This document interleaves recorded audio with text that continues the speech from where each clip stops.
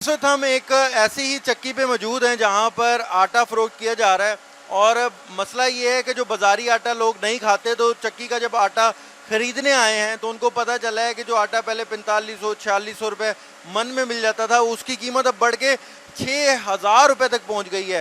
तो जो शहरी हैं वो शदीद परेशानी में मुब्तला हैं और आप देख सकते हैं कि इस वक्त भी बड़ी तादाद में यहाँ पर आटा जो है वो तैयार किया जा रहा है। हमारे साथ शहरी भी मौजूद हैं। अच्छा, कितने का आटा दे रहे हैं?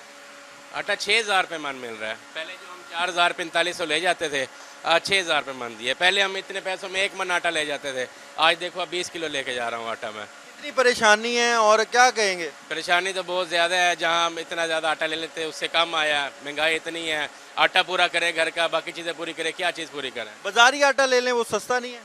वो उसकी क्वालिटी वाइज अच्छा नहीं होता, अगर सस्ता भी है तो क्वालिटी उसकी अच्छी नहीं है। ये खालिश आटा है, गंदम का आटा है ये। दुकानदार से भी कोशिश करेंगे कि बात कर सके। 1 मिनट दीजिएगा। अच्छा, ये बताएं क्यों महंगा हो गया इतना आटा? आटा इसलिए महंगा हो गया है कि नाम है आपका गंदम आपके सामने बहुत महंगी हो गई है।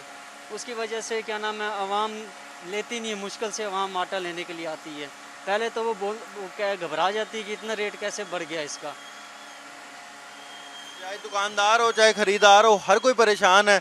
उनका कहना है कि जो आटा पहले मिल जाता था 4500 तक, अब वो 6000 रुपये मन तक पहुंच गया है। गरीब आदमी जो कि ज़रूरत है आटा उसके लिए शदीद परेशानी है। जो लोग सफ़ेद आटा नहीं खाते, बाज़ारी आटा नहीं खाते, उनके लिए ये जो चक्की वाला आटा है वो ख़रीदना मजबूरी है।